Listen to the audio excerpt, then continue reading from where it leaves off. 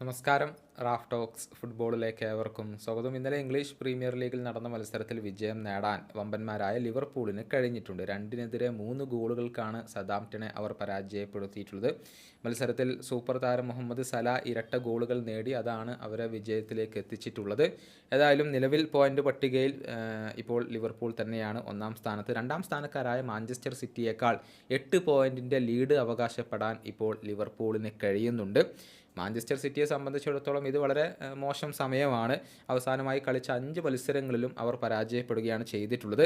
എന്നാൽ മാഞ്ചസ്റ്റർ സിറ്റിയെ ഒരു കാരണവശാലും എഴുതിത്തള്ളാൻ ഇപ്പോൾ മുഹമ്മദ് സല തയ്യാറല്ല.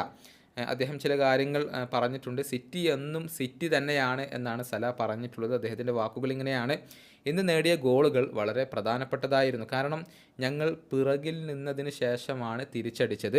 വിജയം നേടാൻ സാധിച്ചത് വളരെ പ്രധാനപ്പെട്ട ഒരു കാര്യമാണ്. എതിരാളികൾക്ക് കൃത്യമായ ഒരു ഗെയിം പ്ലാൻ ഉണ്ടായിരുന്നു. അവർ മികച്ച പ്രകടനം പുറത്തെടുക്കുകയും ചെയ്തു.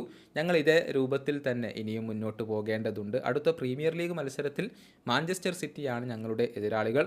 അവരെ പരാജയപ്പെടുത്തിക്കൊണ്ട് 11 പോയിന്റിൻ്റെ ലീഡ് ഞങ്ങൾക്ക് സ്വന്തമാക്കാൻ കഴിയും എന്നാണ് പ്രതീക്ഷിക്കുന്നത്. പക്ഷേ മാഞ്ചസ്റ്റർ സിറ്റി അത് എന്നും മാഞ്ചസ്റ്റർ സിറ്റി തന്നെയാണ്. ഇപ്പോൾ അവർക്കൊരു പക്ഷേ മോശം സമയമായിരിക്കാം. എന്നിരുന്നാലും ഒരുപാട് മികച്ച താരങ്ങൾ അവർക്കുണ്ട്.